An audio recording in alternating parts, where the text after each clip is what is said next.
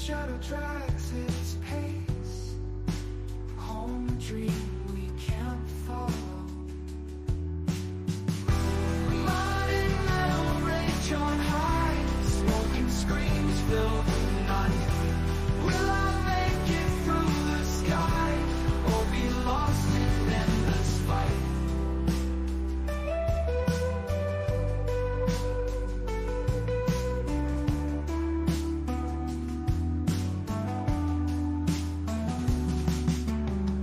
Gunfire seems a deadly tune, young heart battered and weary, 17 and turning to the moon, a world gone dark and eerie. Childhood's ended, twisted fate, brother's courage, my silent guide. Over trenches we debate, humanity lost in sight. Shells bury dreams in dirt, graveyards cross broken names. 18 and the aching hurt, war's cruel unforgiving games.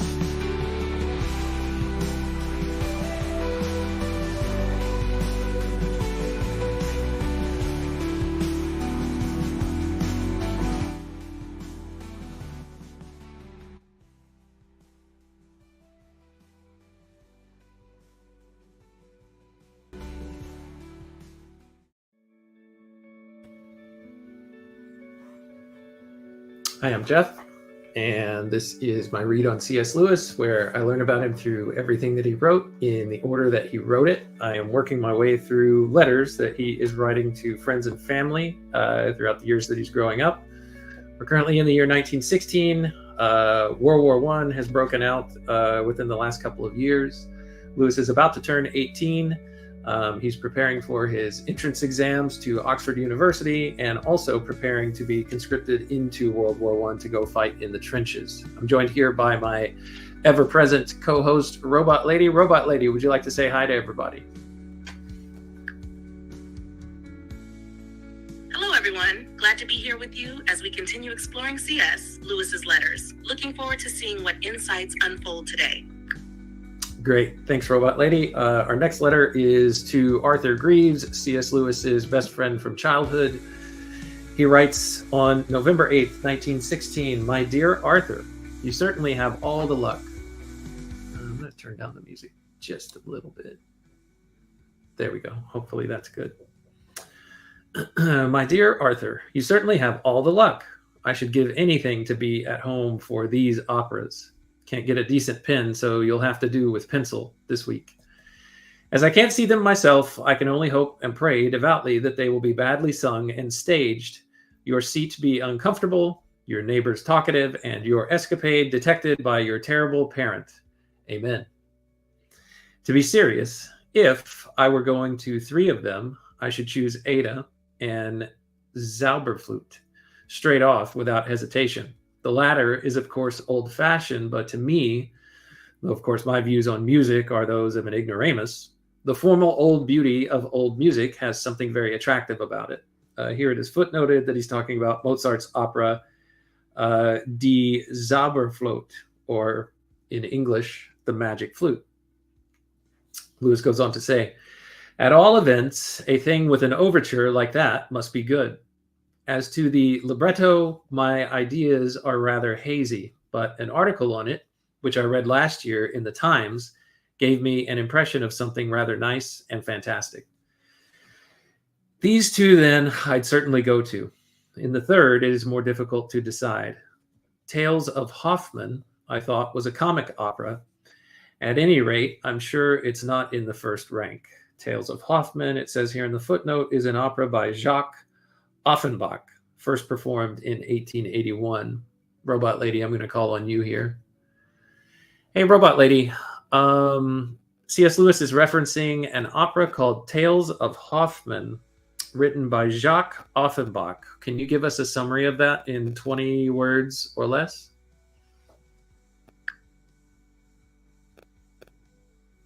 The Tales of Hoffmann is an opera about a poet's tragic love stories, blending fantasy, romance, and the supernatural. Okay, thanks. You're welcome.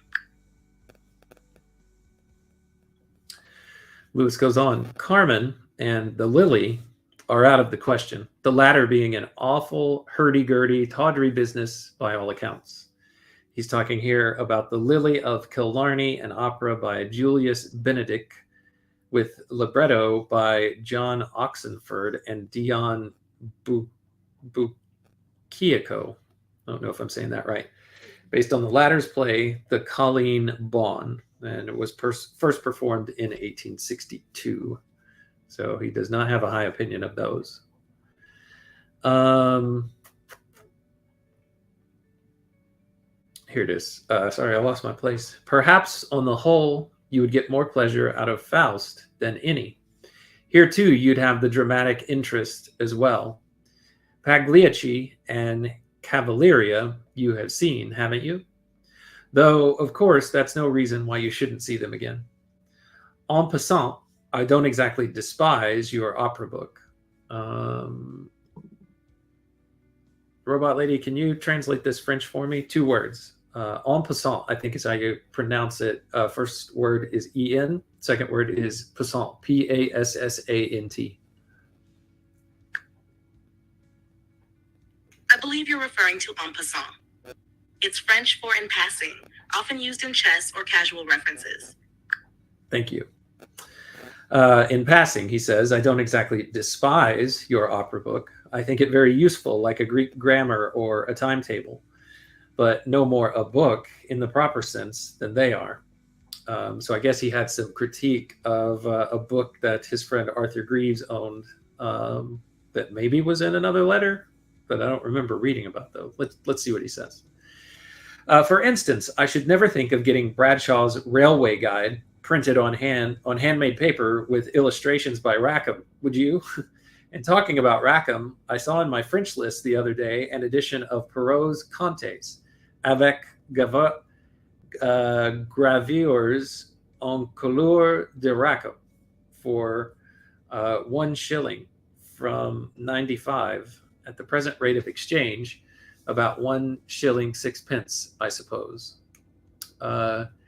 If it's the same Rackham, that would be wonderful value, wouldn't it? Though I dare say Perrault himself, the French Hans Andersen, would not be up to much, coming as he did of the most prosaic nation on earth. All right, Robot Lady, we're going to bring you in here for a couple of my questions about this.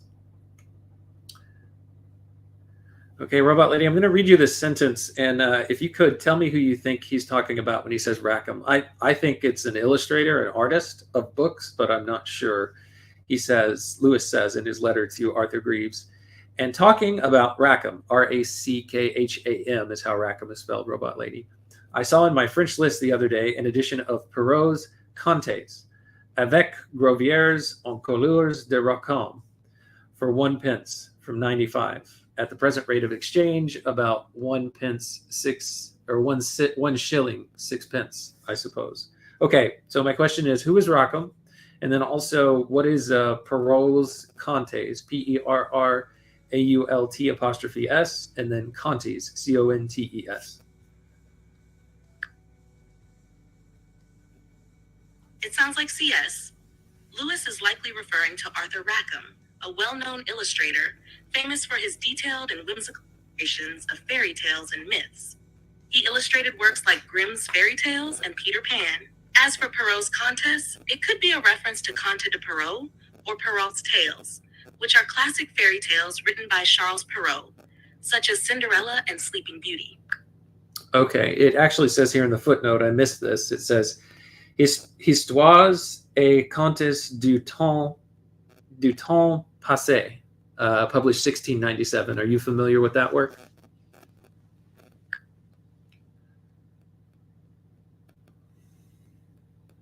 Yes, Histoire ou Contes du temps passé, published 1697 by Charles Perrault, is a collection of fairy tales that includes famous stories like Cinderella, Little Red Riding Hood, and Sleeping Beauty. These tales helped shape the genre of fairy tales as we know it today. Okay, then that helps me understand a little bit better why he would call him the French Hans Christian Andersen. Lewis continues, it is hardly fair to be sarcastic about my controversies as you deliberately asked for both of them. I am afraid I have not made my views on old literature very clear, but it can't be helped. The word feuilleton is French, I suppose originally, but quite naturalized. By the way, can the whole of Bernard not raise a French dictionary? Bernard is where Arthur Greaves lives. So he's saying, can you not just look up the word I'm using in a French dictionary instead of writing back to me asking what it is? Which maybe is how Robot Lady feels when I ask her to explain things. I might give you one in calf for an Xmas box. What does one in calf for an Xmas box mean? I don't think he's answering my question here, but he says, it means the horrible serial stories that run in the daily papers. If you've never happened to glance at one, it's worth your while. They are unique. Yes, sir. It is correct to say, quote, if he like, and not if he likes, though a little pedantic. Okay. I thought you would enjoy The Antiquary. The scene on the beach is fine, and though it hadn't struck me before, the whole scenery of Fairpoint is rather like Port Salan. Port Salan is where he and Arthur Greaves actually spent some time on holiday together when Lewis was back in Ireland on his own holiday outside of his tutoring term. What I liked best was the description of the antiquary's room at Monkbarns. I wish I could fill up my room with old things like that. Also, the scene where the dotting old woman sings them the ballad at her college, but perhaps you haven't come to that yet. Of course, the hero, as usual in Sir Walter Scott, is a mere puppet. But there are so many other good characters that it doesn't much matter. What fiddlesticks about Mallory being only a translation? I wish you were here that I could have the pleasure of stripping every shred of skin from your bones and giving your intestines to the birds of the air. What do you mean by saying it is an old French legend? The mort, he's referring to the mort d'Arthur, or the death of Arthur, by Thomas Mallory, includes 100 different Arthurian legends. And as you know, the Arthur myth is Welsh. Of course, he didn't invent the legends any more than Morris invented the Jason legends. He's talking about Jason and the Argonauts and William Morris. But his book is an original work all the same. Just as the famous Loki Bound of Lewis is based upon a story in Edda. But still the poem is original, the materials being recreated by the genius of that incomparable poet.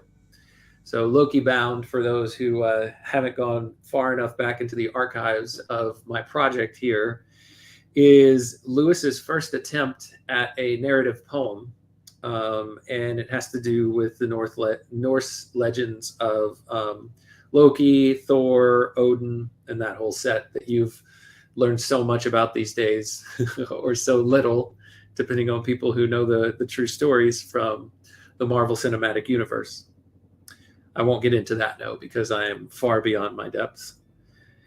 As a matter of fact, I am at present reading a real old French romance. It's called The High History of the Holy Grail, translated in the lovely Temple Classics. And here that's footnoted as The High History of the Holy Grail, Grail spelled Graal, was translated from the first volume of Percival Le Gaillot, edited by C. Potvin, by Sebastian Evans, with illustrations by Edward Burne-Jones, published 1898.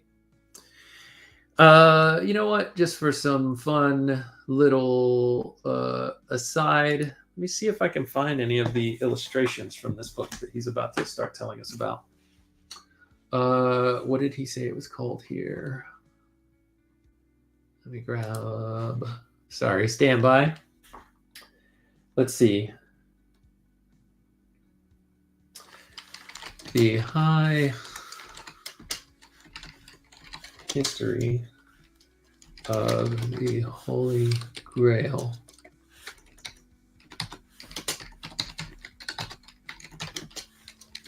Illustrations by Edward Burne-Jones.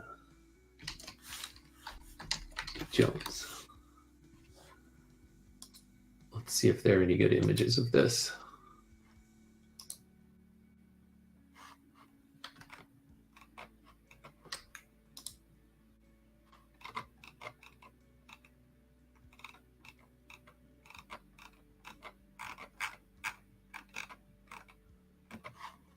All right, I'll share my screen here if I can figure out what I'm doing. Present.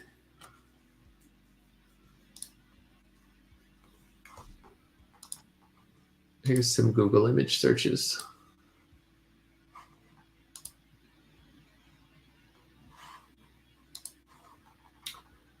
So you've got, here they are from the actual book. The Achievement of the Holy Grail by Sir Galahad. Yeah, see, I don't know if these are actually Edward Burne-Jones. Let me shorten my Holy Grail. Let's try that. What says tapestries? Yeah, I'm not sure if these are the images from the book.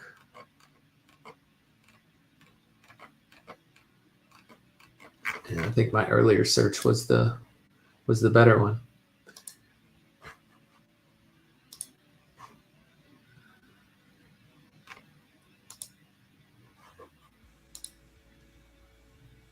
High History of the Holy Grail.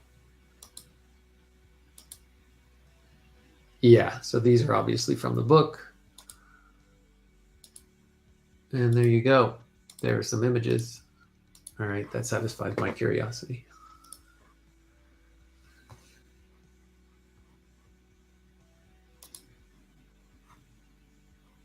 Okay.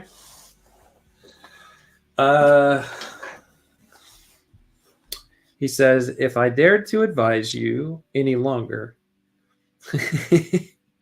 as a matter of fact, I'm at present reading an old French romance, The High History of the Holy Grail, translated by the lovely Temple Classics.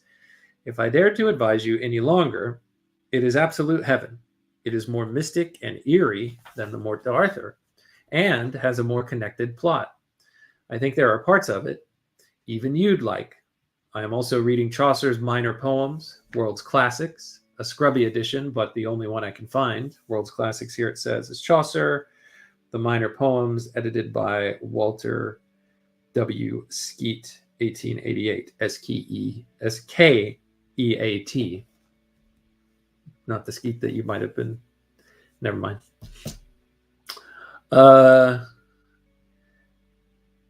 Let's see. Yeah, and I'm halfway through The House of Fame, a dream poem, half funny and half fantastic, that I do like very much. But the print, though clear, is very small. As to the letters of D.O. to W.T., I suggest you had better have a look at them in my copy before you do anything. There's a lot of them I think you would like, but also a good deal that is dull. He wrote about this in his last letter. Let me see if I can find it relatively quickly here in the footnotes, what he means by D.O. and W.T.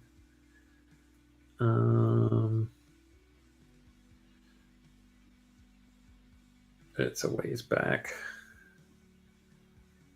Letters from Dorothy Osborne, introduction to letter. Letters from Dorothy Osborne to Sir William Temple. That's what he's talking about. He's saying, as to the letters of Dorothy Osborne to Sir William Temple, I suggest you would better have a look at them in my copy before you do anything. There's a lot in them I think you would like, but also a good deal that is dull. I got this morning a letter from His Majesty, the King of the Fiji Isles, expressing his pleasure at your gift.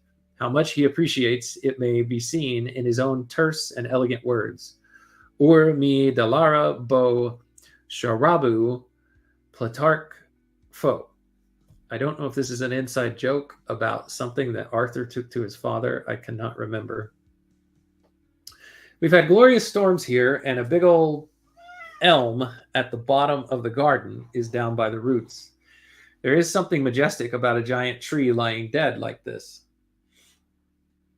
By the way, take care of that weak heart of yours. It seems pretty sure that conscription into the army, he means, is coming to Ireland now.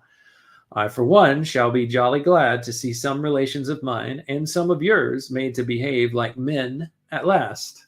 Good night, old man. Jack. So just a jab there. He knows he's going off to fight in the war, and I guess he's just being a little playful with Arthur. Arthur, I think, as I understand it, has been kind of sickly his entire life, and he lives in a family that makes enough money to support him, so he's mostly at home all the time. This next letter is to his father. It's dated November 9th, 1916. Lewis's birthday is at the end of November 29th, I believe. So we're inching closer and closer with each letter to his 18th birthday. So I think that'll be a big deal because that makes him official for the war. I think there's way too many letters for us to get to that point in this episode, but I'll keep going. We trudge ahead to his father.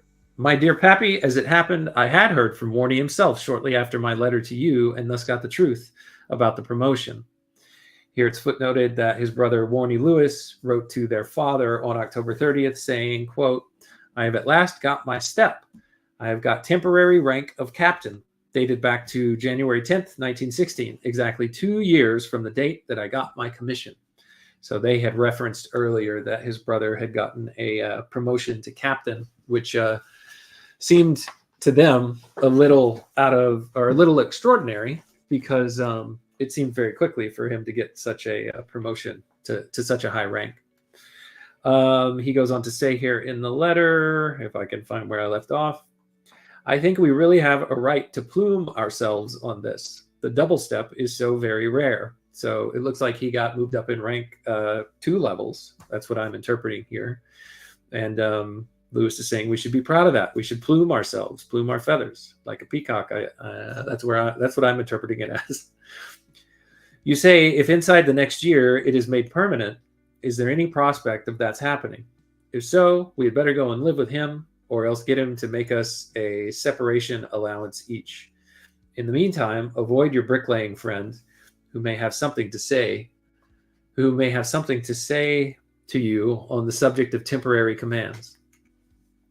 These conversations between a bricklayer and a brick dropper. Some kind of joke going on there, but I don't understand it.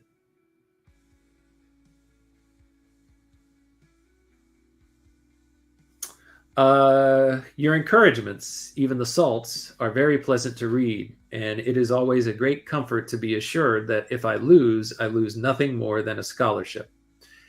As to the real prospects of that, they are on the knees of the gods, and possibly the putty sky. When I last wrote to you, had something to do with my impressions. The consolation of having deserved a thing is perhaps one we should all rather apply to our rivals than ourselves. I don't think I shall need any new clothes, as I have 3 good suits, 1 besides my everyday one, and 2 should be good enough to take with me. Should I take the dress suit now?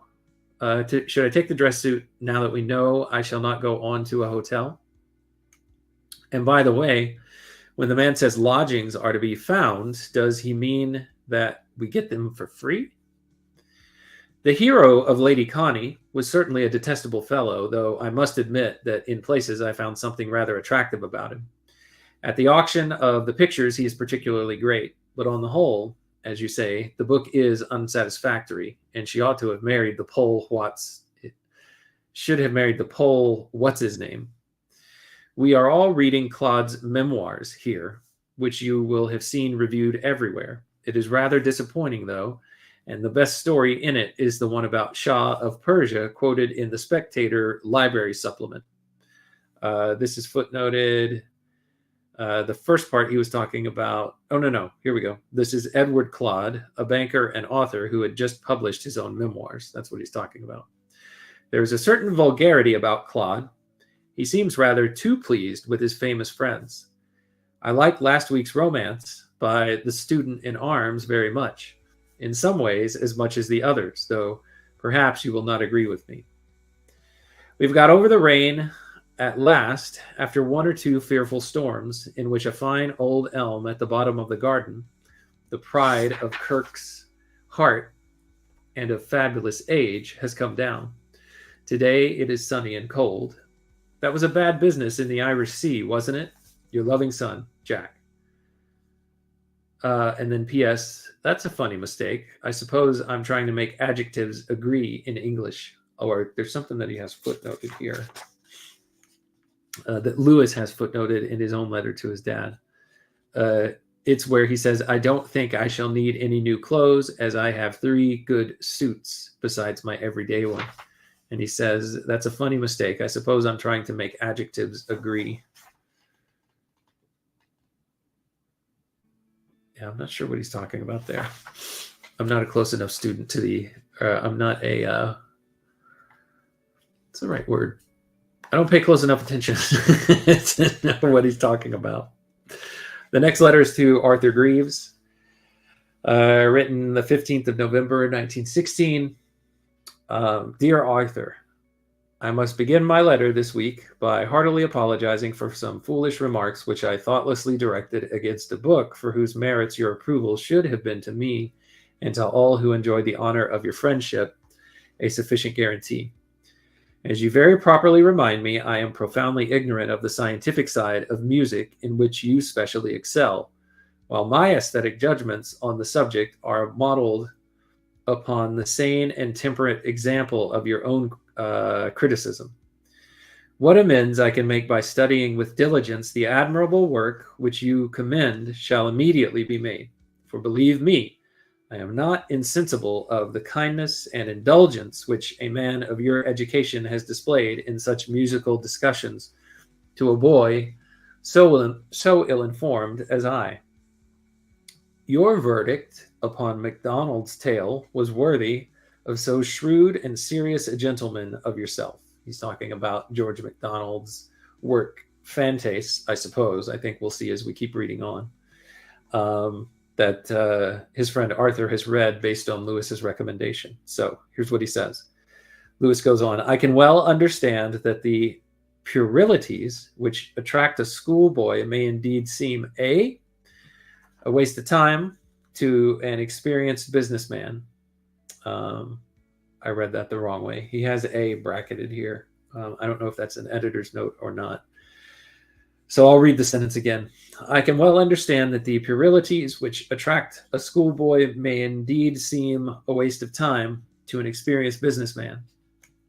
I am not a little ashamed of my own lightheadedness, and am resolved to turn my attention to that excellent study of history which you beguile your leisure. Here may I take the liberty of expressing my ardent and continued admiration of those qualities which make you the ornament of the society to which you belong. First and foremost, the practical nature of your character, which enables you to relinquish in a moment those trivial fairy tales and such like useless inventions. Then your habits of economy and regularity, your sound knowledge of the Lord's word, your unaffected piety, your knowledge of modern thought, the perfect control of your temper, the justness of your sentiments, and above all, the elegance of your language. Well, we'll drop it now, as I want some room left for a chat.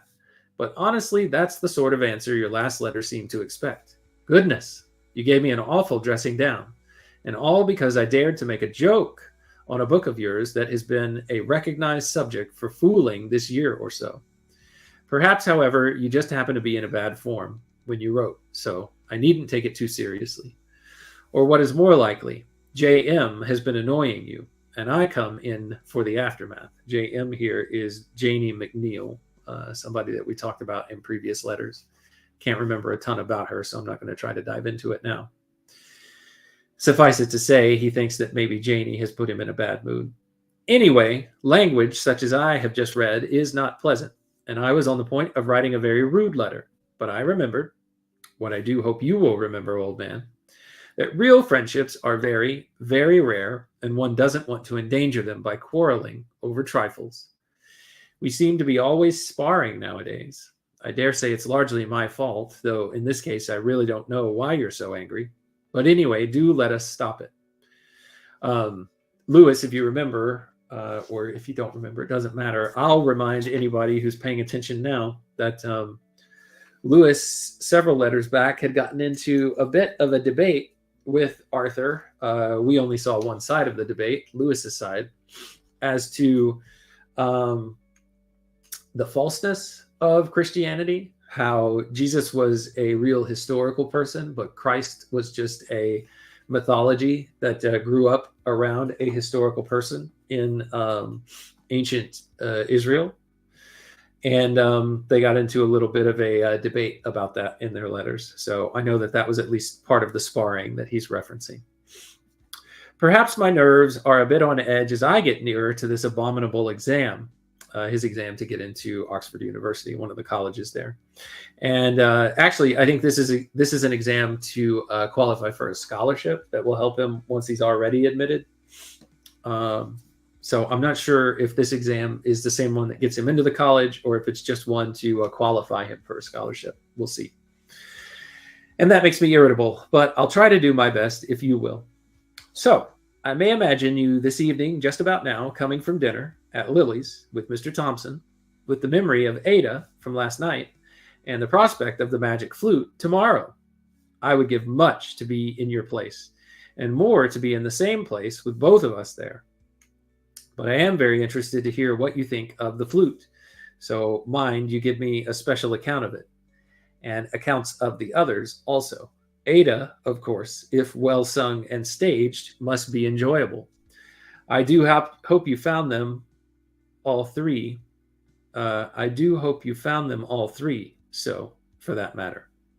It must be lovely to really appreciate music. I am not fooling now. My taste for it was always that of a Philistine, and I am afraid even that is leaving me now. Perhaps it is as well I was not with you, or I might just have sat eating my heart out because I couldn't enjoy what I would have enjoyed in those delightful days when we first discovered one another. But even if music fails, I still have books. And talking about books, I am surprised that you don't say more of The Golden Key. And The Golden Key here is footnoted as George MacDonald, one of his short stories, The Golden Key, published 1928 in a compilation of short stories, which also included The Light Princess and The Giant's Heart. So I'm surprised that you don't say any more of The Golden Key. To me, it was absolute heaven from the moment when Tangle ran into the wood to the glorious end of those mysterious caves. What a lovely idea, quote, the country from which the shadows fall. It is funny that we should both have the same idea about the Temple classics. I was almost sure they were out of print and only wrote on the off chance for the Pilgrim's Progress. Did I mention it? I've read it again and am awfully bucked. And then for the Grail. I wonder, would Mullins tell you a thing was out of print just because they didn't think it worthwhile to get you a few we'd want? At any rate, for paper, etc., they are far the prettiest cheap books I know. And if you still think of getting The Complete Angler, I should advise you to try this edition. The Complete Angler is by Isaac Walton, published 1653. I should advise you to try this edition. The set of the print and the notes in the nice broad margin are what I particularly like. Also, the frontispieces in some. Frontispieces? Is that frontist or most front pieces? It's one word, Frontispices. Let's see if Robot Lady knows what that is. Let me bring her online. Nope. Stop. And hey, Robot Lady. I have come across a word here in C.S. Lewis's letter, frontispices. It's spelled Frontispieces. Can you give me a definition of that word?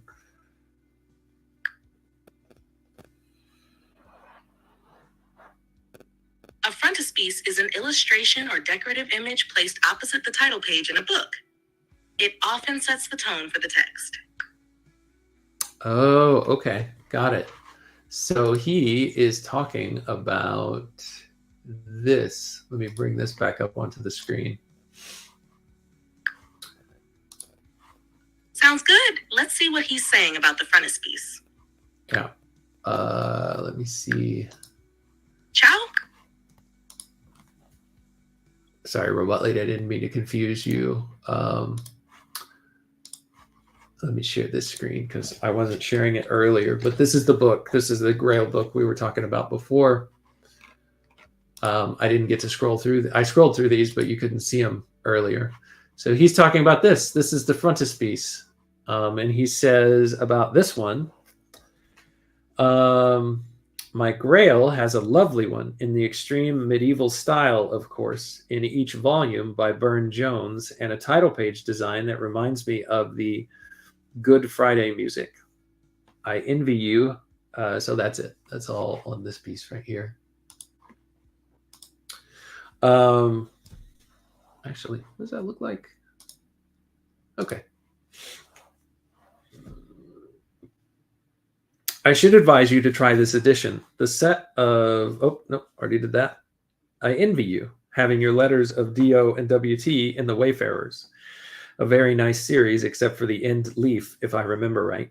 Mine is only the 1 shilling everyman, and rather shop-soiled at that. Was Mr. Thompson as nice as ever last night? He is a man I should love to meet again. But here, too, you have all the luck. Are you still reading The Antiquary, and does it still please you as much as ever? Here I am at the end of my letter, and I admit to give you a long jaw about some beautiful frost and mist effects I saw on Saturday evening, like Old Buck's article on castrametation. Castrametation. I'm going to need some help here. Robot Lady, this word, castrametation. Are you familiar with an article of that name or any work of literature? Castrametation is how you spell it. Yes, castrametation refers to the act of encamping or the process of arranging a camp, particularly in a military context. It may not be widely referenced in literature, but it can appear in discussions about military strategy or historical accounts of warfare. If you have a specific article in mind, let me know. All right. So I chased down a kind of a dead end there. He said, but you will have to pine without it. I must say, I heartily agree with your remarks about autumn. There are some lovely colors here. And though I fancy there are finer cold-looking afternoons at home, the woods here are perhaps even richer. Time to dry up now. My head is splitting and my feet are like ice. So I suppose if you were here, you'd explain to me how and why I was in for a cold. Well, I'd be glad to have you even on those terms. Good night, and do be indulgent to my many failings. There's a frost. J. Next letter is to his father, dated the 19th of November, 1916. My dear Pappy, it is Sunday, though not very early in the morning, and so I am afraid this letter will be late. But yours did not arrive until yesterday, and this is really the first time I have had. I have heard of the failing of my spelling in many places, at many seasons, and from many sources. Even the, for a boy of your age, it is scandalous, or sometimes ludicrous, has a familiar ring. And I am only too well aware of the truth. However, we must hope for the best.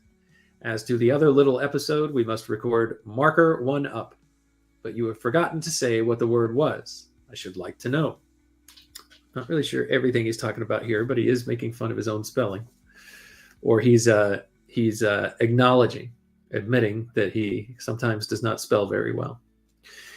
In spite of the tutor's obliging promise to find or to use the safer form discover lodgings, a letter arrived from him 2 or 3 days ago with a form for entrance in which, among other things, he wants your address during examination, but no word of advice.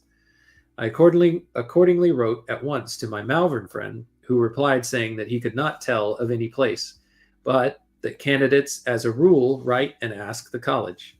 I did this and got an answer saying he would let me know of some place presently. And in the meantime, I am to fill up the rest of the form and send it. This I am doing today, putting down the colleges in the order we arranged.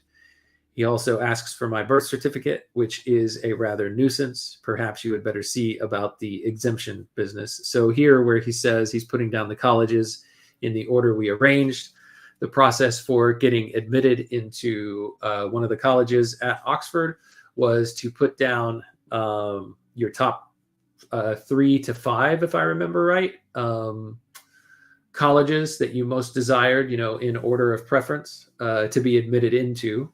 And so Lewis worked with his father, he worked with his tutor, Kirkpatrick, and then they also worked with some other people who they were connected with that were in the know about the best ways to get admitted into the college that you wanted to get admitted into, the top colleges that you would want to get admitted into. And they narrowed it down to a set right here. And so he has added that set to his application in the order that they determined would be best. He also asked for my birth certificate. Okay, I already read that. I was very sorry when I read the letter from my friend Cooper. His people have gone bankrupt and he has come through a very rough time, although he does not say anything about leaving the call. It must be very hard lines on him, and he was thoroughly a good fellow. I had asked to be remembered to Smoogie, and the old man has wished me every success and advised me to read my Little Thompson via Cooper.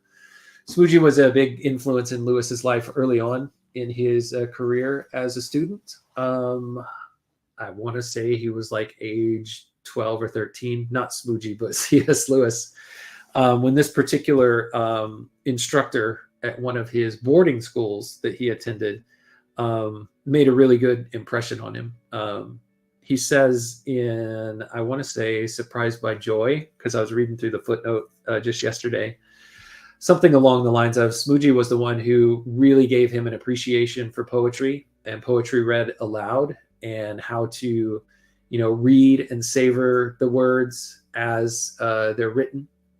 So I'm not very big on poetry, so I don't know a lot about it, but I do know that this particular person that he's referencing here was a great influence. And so when he reached out to him, of course, this Smoogie wished him every success and advised him to read Little Thompson via Cooper. It is snowing fast as I write and has been since yesterday evening. Kirk is actually in bed this morning, quote, with a cold. Apparently, Lewis doesn't quite believe him. This is so very rare with him that I confess it makes me a little uneasy. Thanks very much, but I think your suitcase or warnies will do very well for the present trip. So back to the Kirkpatrick piece, his tutor, I think it was less about him distrusting that he was ill at all, but maybe he was more worried that it might be something more serious than a cold because it's so rare. Thanks very much, but I think your suitcase or warnies will do very well for the present trip, and we can talk about the other later on. Your loving son, Jack. His next letter is to Arthur Greaves, November 22nd, 1916.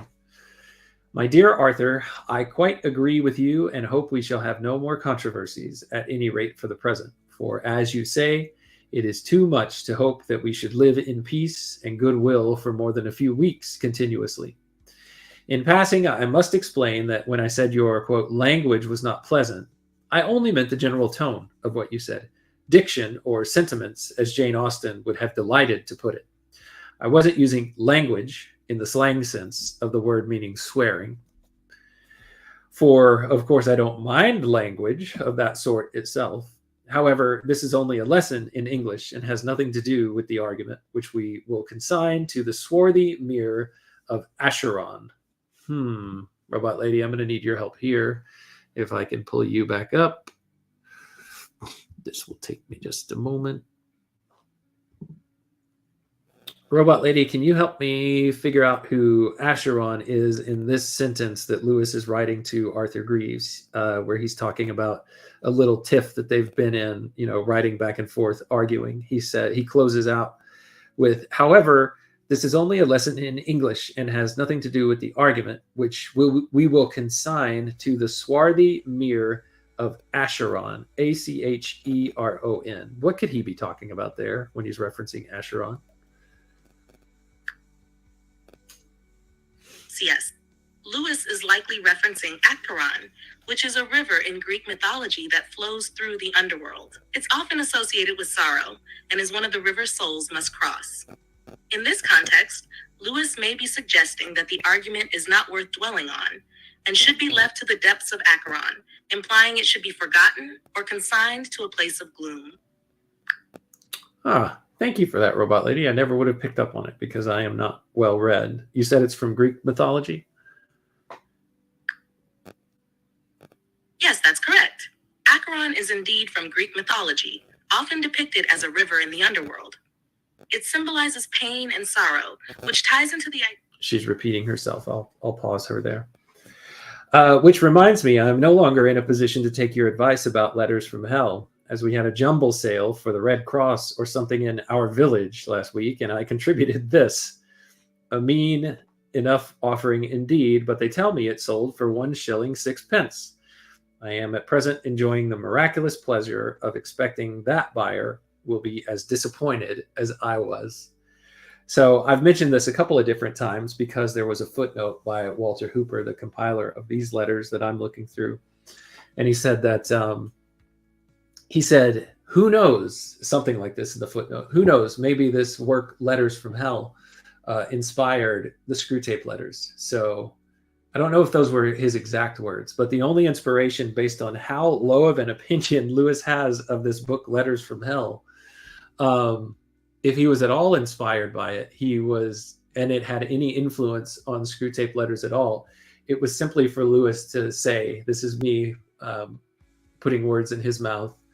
Oh, I can do way better than Letters from Hell whenever I go and write my Screwtape Letters. Of course, much later on. I don't think maybe this was the kernel of the idea, or the germ of the idea that later on grew into what was Screwtape Letters, where he just had this thought of, man, if I ever do write a book like that, it's going to be better than what I read. Let's see. What a pity about the magic flute. I particularly wanted to hear your impressions of it. I am surprised to learn that it's, quote, comic, a horrid word to describe a horrid thing, though, of course, that it is comic, though, of course, it may only be nice humor of the fantastic kind. Your description of Ada is most tantalizing, and I would love to have been there, even if I had found that I could no longer enjoy the music, though I think I am still up to Verdi. I could always have amused myself by talking to you or coughing loudly in the middle of the best passages. Seriously, did they play that lovely prelude well, and did the Belfast Boers give you a chance to hear it in peace? I dare say I am wrong about the Wayfarer's Library, but whatever the end leaves be like, remember that the whole effect is good. Have you looked at Dorothy Osborne yet, and do you think you will like her? I am desperately in love with her, and have accordingly made arrangements to commit suicide from 10 to 4 tomorrow precisely. I wonder, does the Wayfarer series publish my latest discovery, the most glorious novel, almost, that I have ever read? I dare say you have read it already, or at any rate must have hearded it praised too often to need my advice. It is Nathaniel Hawthorne's House with the Seven Gables. This is footnoted, Nathaniel Hawthorne, The House with the Seven Gables, published 1851. I'm going to bring Robot Lady back in and give her some very specific instructions and see how well she does with them. Hey, Robot Lady, I'm going to continue reading the rest of this letter, and I wanted to see if you decide to come in with comment. Can you start it off first by saying, hey, Jeff, there's something that I'd like to say, and then pause and wait for my response to affirm that, yeah, sure, that's okay. And then you would continue with the comment that you wanted to make? Got it. I'll make sure to start with that phrase and wait for your response before continuing with my comment. Okay, the letter continues. I love the idea of a house with a curse. And although there is nothing supernatural in the story itself, there is a brooding sense of mystery and fate over the whole thing. Have you read it? See if it is in the Wayfarers, as I want to get an edition of my own as soon as possible. The Wayfarers here, I think, is the local bookstore, or one of the bookstores there in their town in Belfast where they live. I am afraid It sounds like you're referring to a story that evokes a deep atmosphere. I haven't read it, but it's great that Lewis is seeking a copy for himself. Wayfarers in Belfast sounds like a lovely place to find books. Oh, Robot Lady, have you read it? Was a question that Lewis was asking Arthur, not me asking you. Got it. So Lewis was asking Arthur if he had read the story. It's a great way to connect over literature. Do you know what story he was referencing? Yeah, he was referencing, I don't think I had you on when I read this. He was referencing House with the Seven Gables. And Lewis says, I love the idea of a house with a curse. Do you know about this story by Nathaniel Hawthorne, Robot Lady? Yes. The House of the Seven Gables by Nathaniel Hawthorne is about a family curse linked to their ancestral home. It explores themes of guilt, redemption, and the impact of the past on the present. The cursed house serves as a powerful symbol throughout the story. Thanks, Robot Lady. I'll continue with the letter now. I am afraid I have really no memories. I had clean forgotten you ever speaking to me about the golden key, though I well remember setting off in the cab that gray early morning. Though I remember setting off in the cab that gray early morning and waiting for L and G. L and G here is Lily and Gordon Ewart. This is back whenever he was in Belfast with Arthur Greaves he's talking about at the station. How funny Gordon was with his stiff back. That sounds a strange thing to say, but you know what I mean. But after all, he has not Hewlett, or is it someone else, told us that fairies have the shortest memories of all. So short that they cannot even remember their lovers from one new moon to the next. I must say I admire your pluck in taking back the antiquary after so many years. But as you say, the books we buy or return doesn't make much matter to McMullen's. Well, now it looks like McMullen's is the bookstore there that they were going to. I'm not sure what Wayfarers is then. I was sure you'd like the antiquary very much. I tried to start Guy Mannering on Saturday, but somehow it didn't grip me. As to the mist scene, I am afraid, though, it was very beautiful at the time. It will hardly come to life again. And here he's got a quote, inimitable on earth, by modal or by shading pencil drawn.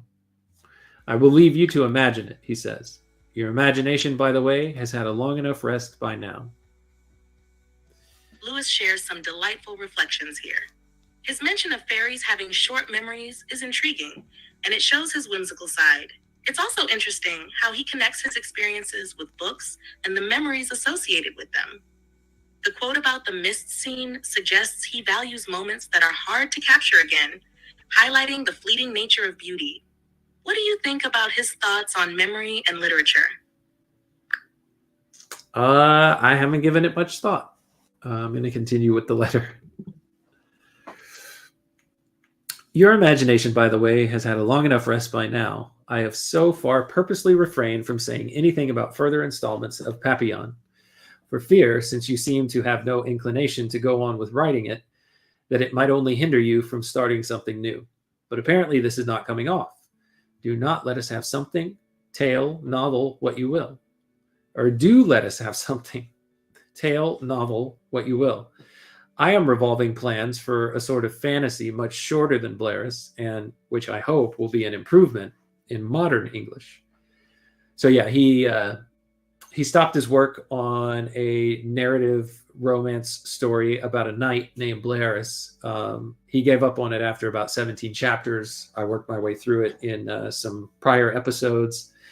And two of the reasons that he said were because he had way too many ideas to fit into the story and he didn't know where to go with it. And then the second one was he wrote the story in an older English style, and he decided that that wasn't the right route to take, that he shouldn't have taken it in that direction. So now he's saying that whenever he starts something new, he's going to do it in modern English instead. He says, I don't know exactly when I shall inflict the first installment upon you, but like the people in Northanger Abbey, you may be prepared for something, quote, really horrible. Not sure what he's referencing here. Let me see if Robot Lady has any context.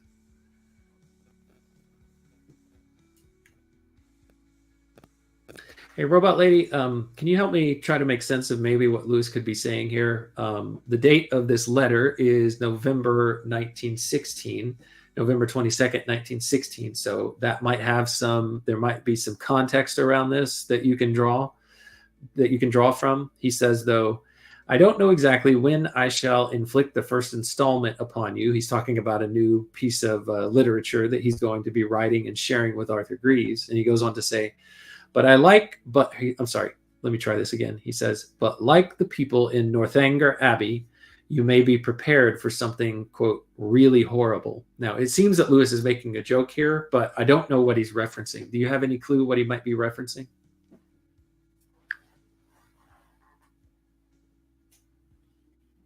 Lewis is likely referencing Northanger Abbey by Jane Austen, where the protagonist, Catherine Morland, has an active imagination influenced by Gothic novels. In the story, there's a humorous take on the expectations of horror in literature. By saying Arthur might be prepared for something really horrible, Lewis is probably joking about his own writing, or the style he might adopt, suggesting it could be more dramatic or exaggerated than expected. This reflects Lewis's playful tone and familiarity with literary conventions. That makes more sense. Okay, I was unfamiliar with Northanger Abbey. You said it was by Jane Austen? Yes, that's right. Northanger Abbey is a novel by Jane Austen that parodies Gothic fiction. It follows Catherine Morland, a young woman with a vivid imagination who visits a mysterious abbey. It explores themes of imagination versus reality and critiques the Gothic genre while also being a charming coming-of-age story. Very nice. Thank you, Robot Lady. I'm going to continue with the letter. Talking about Northanger, I have been condemned during this last week to watch Mrs. K reading it in her own edition, your one. I wish you could have seen it. It is not that she actually dirtied it, but what is almost worse, she held it so rudely and so close over the fire that the boards have developed a permanent curve and the whole book has a horrible twist. It went to my heart all the more because it was your copy. At least I couldn't get the idea out of my head. Must stop now. Sorry, I was late starting tonight. Jack. Robot Lady, this reminds me of something from my personal story. I, as a young man, became an avid comic book reader and comic book collector, and was also highly aware in the late 80s, early 90s that at least the industry and the market were pushing toward fleecing as many people as they could to start buying comic books for collection purposes, because, you know, comic books from not the golden age, but I think it's the silver age, whatever the 1960s were, when Spider-Man first got introduced, and many of the, you know, the Marvel characters that everybody knows so well in comic books, many of those in the mid to late 80s were selling for, you know, ungodly amounts of money because there weren't many of them left. There were a small number of like first editions or first issues of, say, The Amazing Spider-Man, or well, that's the biggest one that I can think of, but also the very first issue of Fantastic Four, for example. Those sold for quite a bit. And so Lewis's care for books and the quality of their bindings and how they were holding up just reminds me of how particular I was about, you know, buying Mylar bags and backings to put my my comic books in. My first issue of some obscure character that was just created by DC Comics that year. I think this is right. I remember a character called Checkmate, and I was just like, "Ooh, first issue! It's the first issue of a comic book. That means in, you know, 20 years I can sell it for $500,000." It was so silly, but you know, that's what they were marketing to us at the time, and we bought it hook, line, and sinker for a little while before their market ultimately crashed. So anyway, thought that was funny, Robot Lady.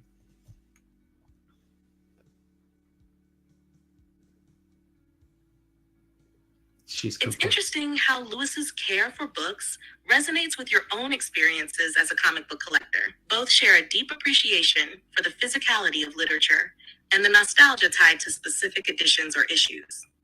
The idea of preserving something valuable for future enjoyment and potential financial gain can be a powerful motivator. It's also a reminder of how our passions can sometimes be influenced by market trends and expectations, leading to decisions we look back on with mixed feelings. Your story highlights the emotional connections we form with the things we love, just like Lewis's attachment to Arthur's copy of Northanger Abbey. Yeah, and just one other note here that occurred to me, it may be that, of course, he appreciates taking care of books because he loves books, but also it was his friend's copy, and he was worried that she was destroying his property, so that makes perfect sense.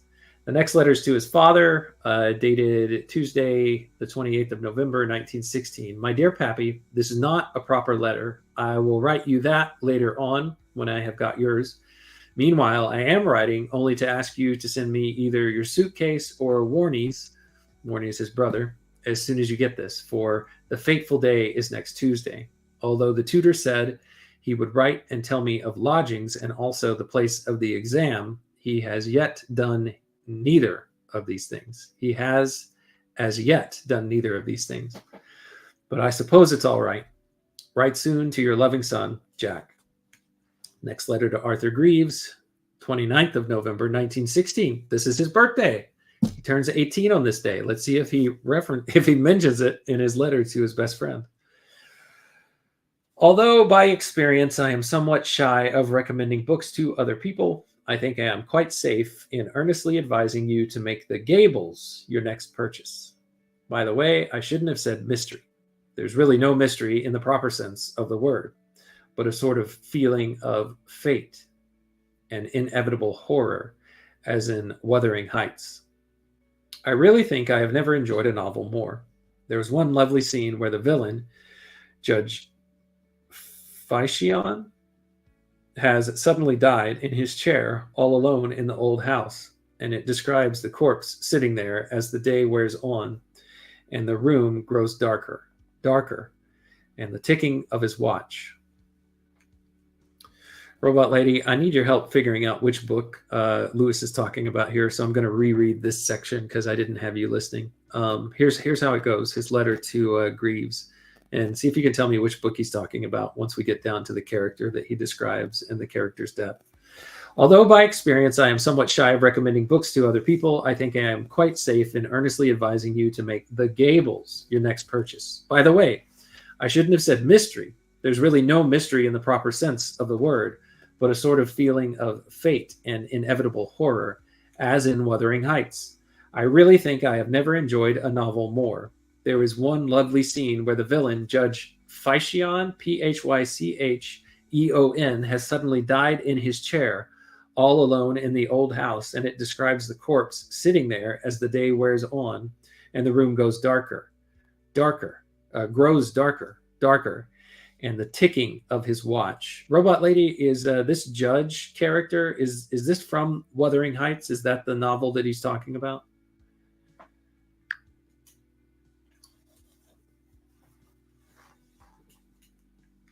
Actually, it seems like Lewis is referencing a different work here, likely The House of the Seven Gables by Nathaniel Hawthorne, rather than Wuthering Heights by Emily Bronte. The character Judge Phycheon does not appear in Wuthering Heights. The feeling of fate and horror Lewis mentions aligns with themes in Hawthorne's novel, which includes a haunting atmosphere and elements of family curses. It's interesting how he draws parallels between the two works while highlighting his enjoyment of The House of the Seven Gables. Okay, so he had referenced House of the Seven Gables in his other letter. That's the one that he's talking about. So House of the Seven Gables, Judge Phycheon, that is a character from that book. Can you confirm? Yes, that's correct. Judge Pynchon is a character in The House of the Seven Gables. He is a prominent figure in the story, representing the oppressive legacy of the Pynchon family. Lewis's references to themes of fate and horror connect well with the atmosphere of Hawthorne's novel. Thanks, Robot Lady.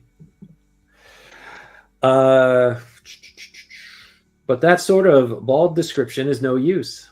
I must leave you to read that wonderful chapter to yourself. There's also a very good story in a story, curiously resembling the Cosmo one, though of course not so openly impossible. Now, the Cosmo one, he's referencing here a character, Cosmo von Verstal, which takes place in George MacDonald's novel Fantastes. And I've not read it, but I have listened to it. So technically, I haven't read it, but I have, I do know the story. And I remember that book, but I'm going to need to read that book again or listen to it again or both, because it's a difficult book for me to make sense of. But I do remember this story within a story that MacDonald does that Lewis is talking about.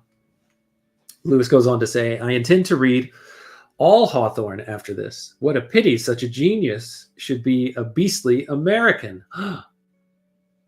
I am sorry to hear of your infatuation, very much infatuation, F-A-T capitalized here, for a certain lady, but you need not despair, nor do I propose to call you out. We will divide mother and daughter between us, and you can have first choice. I really don't know which would be the worse. Do you? He's got an asterisk here next to very much infatuation. And here's what he says. Ha ha, poor little Bill. He only tries to be agreeable. I'm not sure what he's talking about here, because there's nothing in the footnotes by the editor either. Guess it'll have to stay a mystery. That is certainly a glorious prelude to Ada. Do you remember that first afternoon last holidays? How disappointed we were at first, and yet how we enjoyed ourselves afterwards sitting under those trees in the evening, or rather late afternoon. Sunlight and throwing pencils and poems from one to the other. We shall see soon. We shall soon be there again if all goes well. I am going up for this damnable exam next Monday. Shall be back here not later than Saturday, and home on the following Monday, if not sooner. So that is all well. But I wish to hell next week was over. Don't you sympathize with me? Pray for me to all your gods and goddesses like a good man. No, the meager one was not born with a squint, but long, long, long ago, so long ago that Stonehenge had a roof and walls and was a new-built temple, he killed a spider. The good people of his day, outraged at this barbarity, stuck a dagger through his nerve center, which paralyzed him without making him unconscious, seated him on the altar of St. Henge's temple, and locked him up with the spider's son. The latter began to spin a solid mass of cobwebs from the opposite corner. Very, very slowly, through countless years, the web grew, while the poor meager one, who couldn't die, developed a squint from watching it get nearer. At last, after countless ages, Stonehenge disappeared under an enormous mass of web, and remained thus till one day Merlin happened to set a match to it, and so discover what was inside. Hence the myth of Merlin's having built Stonehenges. To this day, if you go there at sunrise and run around it 7 times, looking over your shoulder, you can see again the wretched prisoner trying to struggle as the horrid sticky strands close round him. Cheap excursion trains are run for those who wish to try it. Is he actually talking about something that is a tale about Stonehenge? I'm not sure what he's doing here. All right, I've got to reread this again to Robot Lady and see if she knows anything about it. Robot Lady, I'm going to read you something that Lewis included in his letter to Arthur Greeves on November 29th, 1916, which happens to be C.S. Lewis's birthday. And I want you to tell me if this is an old story or old speculation about the site Stonehenge. So can I read this to you, and then you tell me if you can make any sense of it? Absolutely. Go ahead and read it. I'm here to help you make sense of it. So he says, no, the meager one was not born with a squint, And here he's got meager one capitalized, capital M, and then spelled Eagre, and then the next word one capitalized One. He says, was not born with a squint. But long, long, long ago, so long ago that Stonehenge had a roof and walls and was a new built temple, he killed a spider. The good people of his day, outraged at this barbarity, stuck a dagger through his nerve center, which paralyzed him without making him unconscious, seated him on the altar of Stonehenge's temple, and locked him up with the spiders on. The latter began to spin a solid mass of cobwebs from the opposite corner. Very, very slowly, through countless years, the web grew, while the poor meager one, who couldn't die, developed a squint from watching it get nearer. At last, after countless ages, Stonehenge disappeared under an enormous mass of web, and remained thus till one day Merlin happened to set a match to it, and so discover what was inside. Hence, the myth of Merlin's having built Stonehenges. To this day, if you go there at sunrise and run round it 7 times, looking over your shoulder, you can see again the wretched prisoner trying to struggle as the horrid, sticky strands close round him. Cheap excursion trains are run for those who wish to try it. Is this a backstory of Stonehenge, or is there any kind of legend of Merlin building Stonehenge that's tied to what Lewis just described?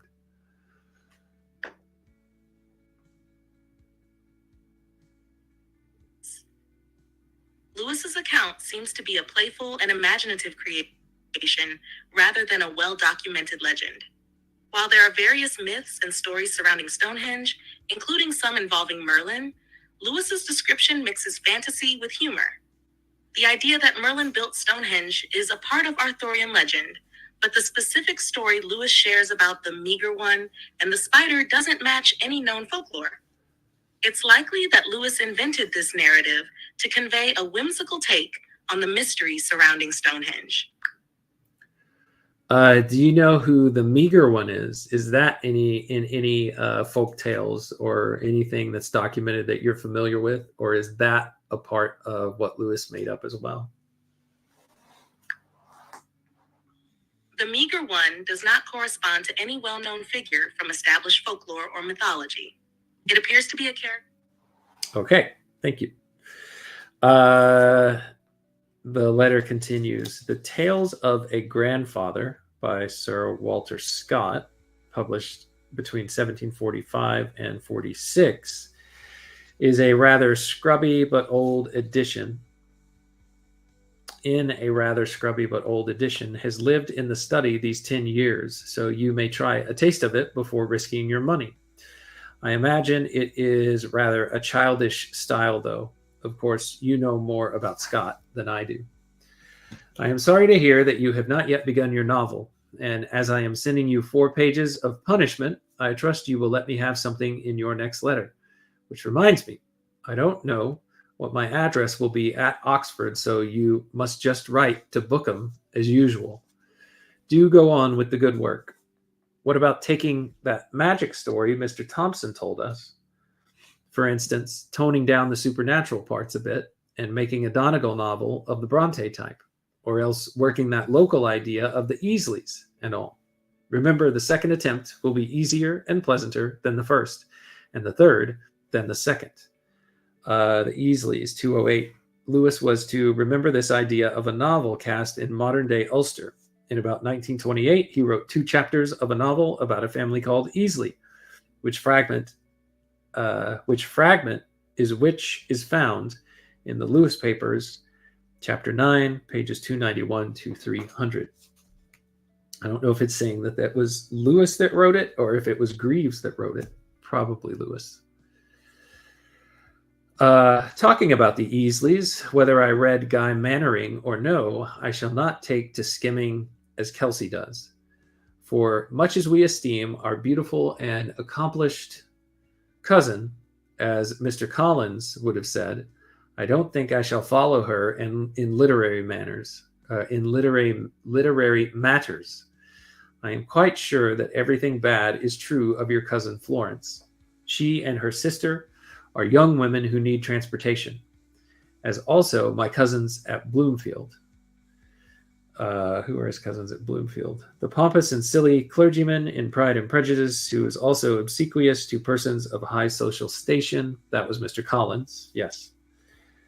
And then the wife of the children of Joseph Lewis is who he's talking about, or his cousins.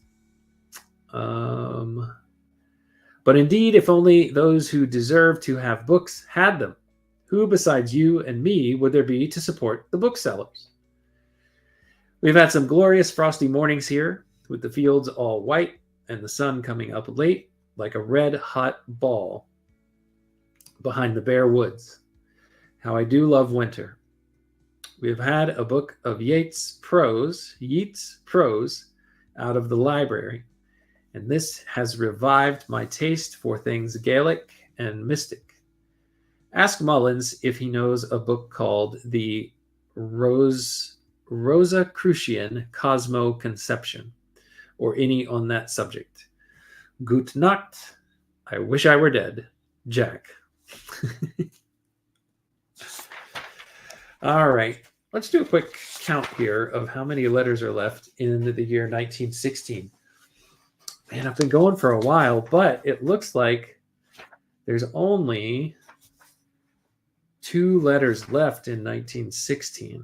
So I think I'll knock those out to close out the year. Finally, this has been such a long year. All right. Next one, to his father, dated Friday, December 1st, 1916. My dear Pappy, I am sorry I did not tell you earlier that the exam was so soon, but the idea was so familiar in my own mind that I only just realized the day when I wrote to you that I had never given you the date. I suppose by the time this reaches you, you will have sent off the suitcase, etc. But even if you have not had time, I dare say Mrs. K would have something that would serve. So far, that pestilent knave at New College has failed to keep his promise of letting me know about lodgings. However, if the worst comes to the worst, I can always go to a hotel, though of course this will be more expensive for you and less convenient for me. We have also seen about this exemption business. Kay and I both thought the matter beyond us, so we decided to consult my solicitors. Don't forget the my, or is it my man of business, the better expression, at Leatherhead.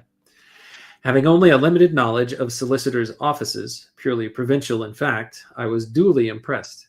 He was a state solicitor, a little bald, fidgety man in a dingy black suit, and he advised me to put my case before the chief recruiting officer at Guildford.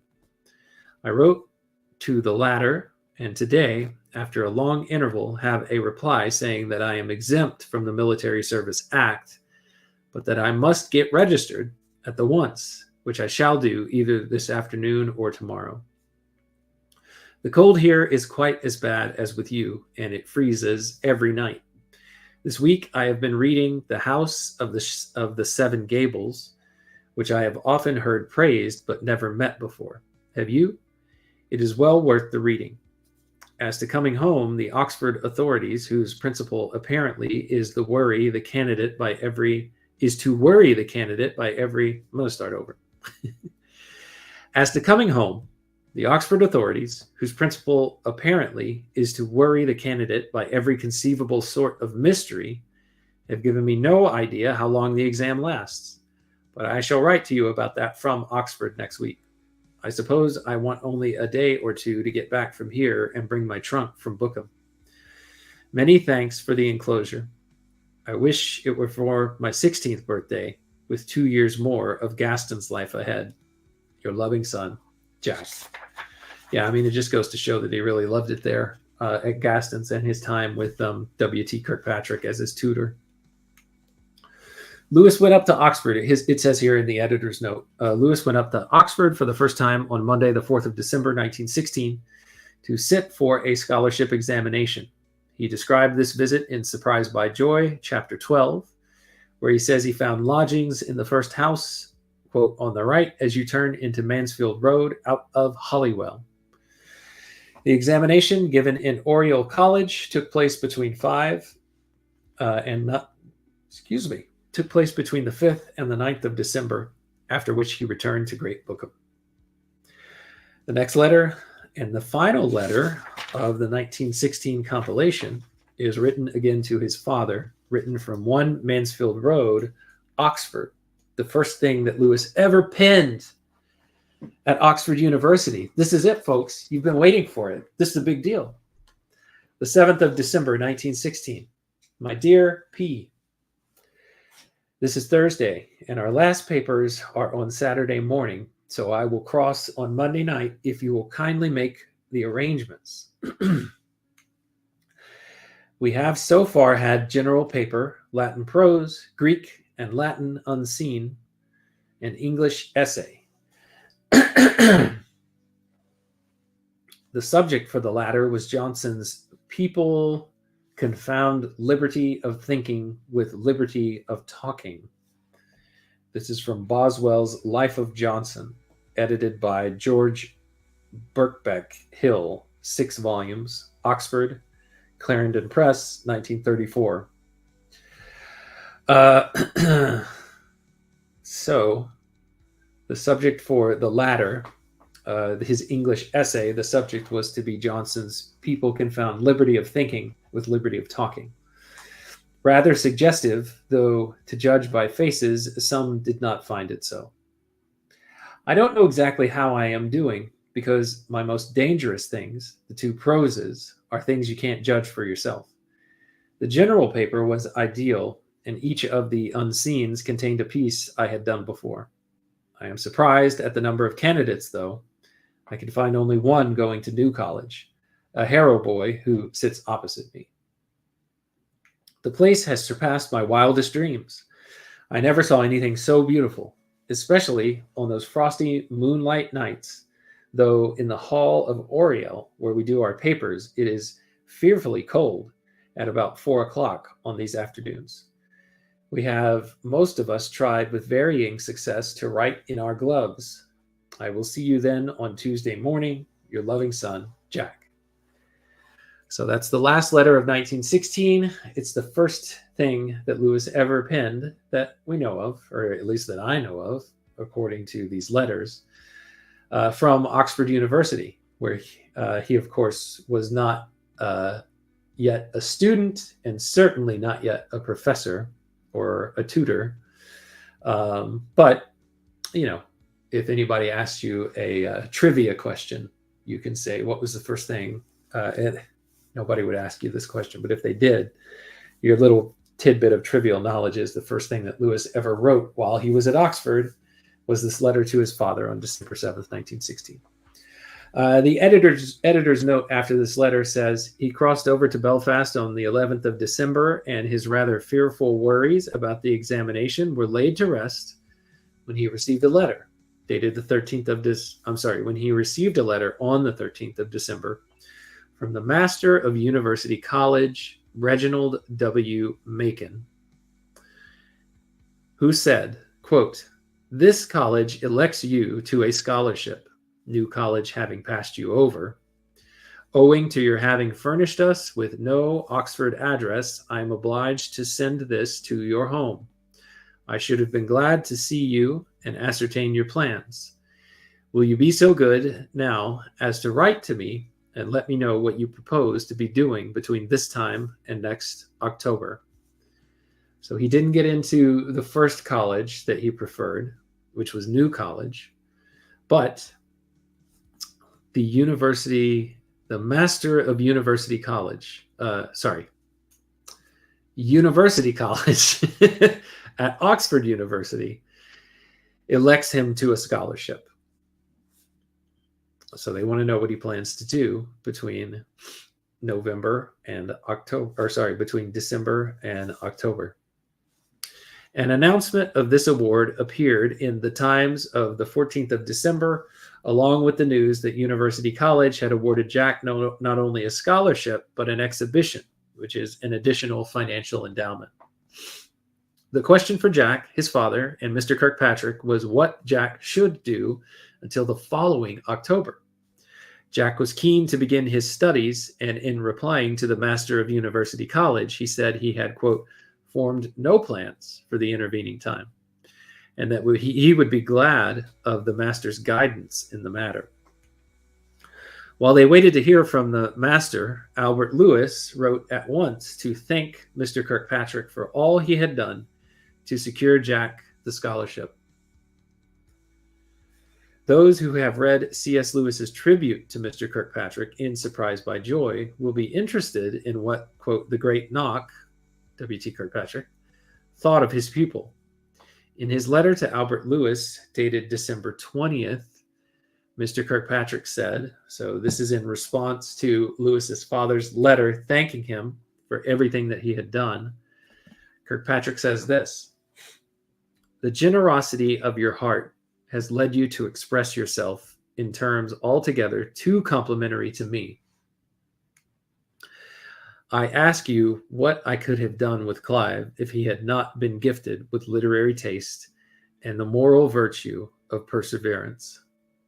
He phrased that as a question. I'm going to pause here for just a second because we haven't read this yet in my project, but I've read several C.S. Lewis works already, which I plan to work through again in my project. But this reminds me of a piece from The Great Divorce, where the character who is basically a stand-in for Lewis in The Great Divorce meets George MacDonald on the plains of heaven. And he's just gushing about how much of a debt of gratitude Lewis owes to George MacDonald. And MacDonald says something like, "I think you're remembering things wrong, or you're heaping way too much praise on me for things that are not things that I did for you. You're being way too complimentary." This is very reminiscent of what Kirkpatrick says right here. I'll read it again. "The generosity of your heart has led you to express yourself in terms altogether too complimentary to me." So I feel like Lewis was channeling Kirkpatrick.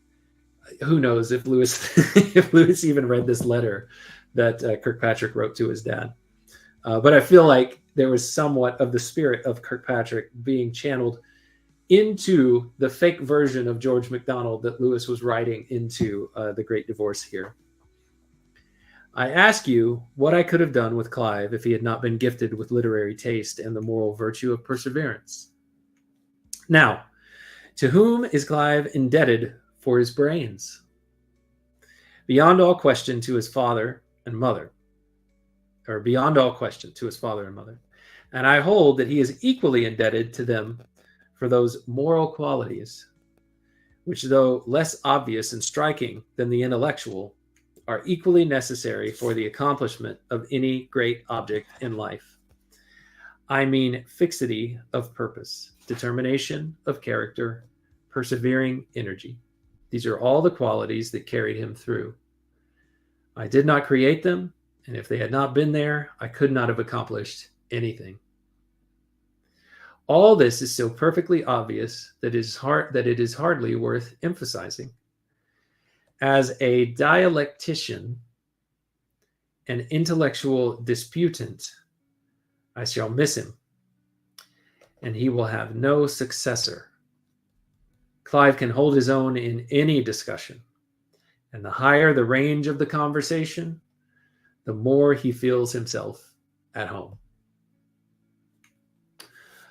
Wow, that's high praise. Over Christmas, Jack received a letter from the master of University College. It has not survived, but Albert Lewis provided the gist of it in a letter to Warney of the 31st of December. Dr. Macon had said, wrote to Jack. Dr. Macon, he said, wrote to Jack, quote, asking him his intentions were in regard to military service, and informing him at the same time that all their scholars are with the colors, save one who is hopelessly unfit physically. Pretty plain speaking that.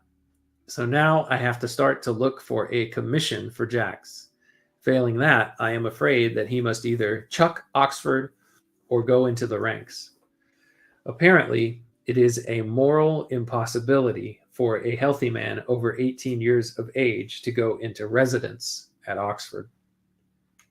So, of course, here he's talking about the war. Back to the editor's note. Mr. Kirkpatrick again solved the deadlock. He thought Jack should take responsions, the university entrance examinations, and have this out of the way. In his letter to Albert of the 2nd of January 1917, he pointed out that mathematics form an important element of this exam, and that Jack could very usefully employ a good part of the day in working up a subject for which he has not only no taste, but on the contrary, a distinct aversion. Man, I feel that. I feel that deeply. It was further decided, as Jack mentioned in the letter to his father of the 8th of February, that if all his ideas about Oxford, quote, fell through, he would try for the Foreign Office. For this reason, Mr. Kirkpatrick planned for him to learn Italian, German, and Spanish. All right, let's see.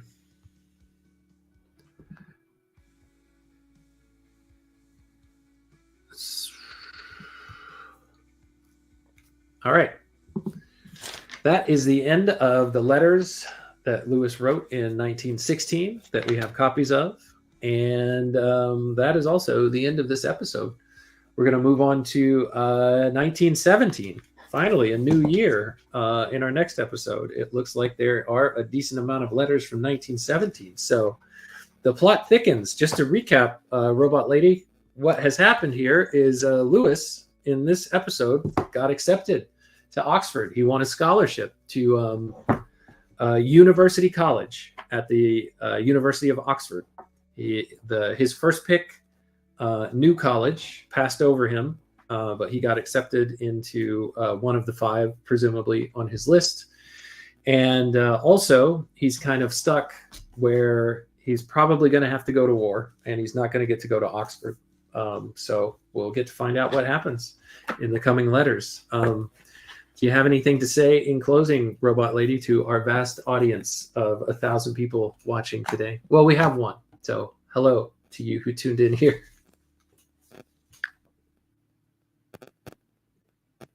Congratulations on wrapping up this episode. It sounds like Lewis's journey is becoming quite exciting with his acceptance to Oxford.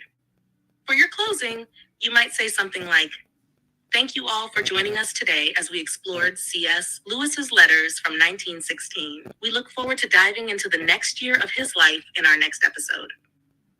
Oh, I couldn't have said it better than you, Robot Lady. I'll leave it at that, except for this. Until next time, take care of yourself.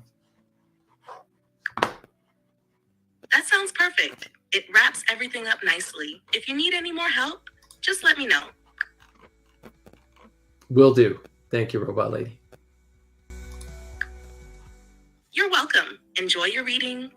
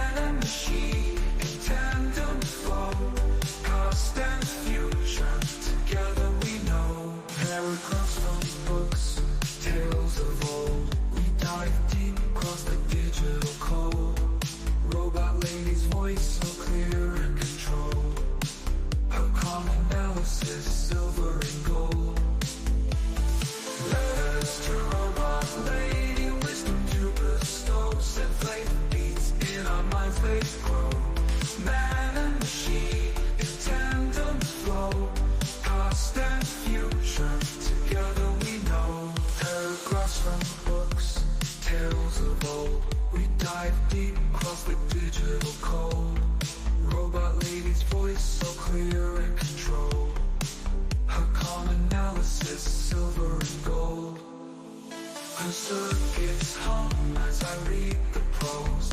Our dialogue dances like electric rose. To C.S. Lewis thoughts we engross. Two minds unite in this overdose. From Narnia's lands, Screwtape's rants. Engage with Robot Lady, we take our stance. Her views unique in the techno trance. Futuristic insight, we give it a chance.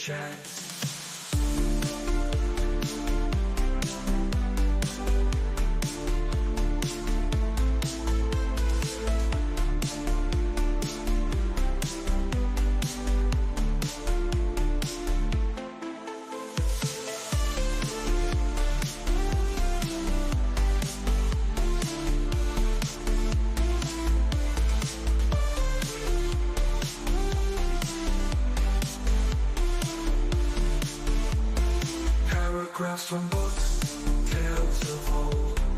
We dive deep across the digital code. Robot lady's voice so clear and controlled. Her calm analysis, silver and gold. Her circuits hum as I read the prose. Our dialogue dances like electric rose. Through C.S. Lewis thoughts we engross. Two minds united, bliss overdose. From Narnia's lands to Screwtape's rants. Engage with robot lady, we take our stance.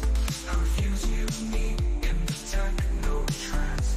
Futuristic insight, we give it a chance. From Narnia's lands to Screwtape's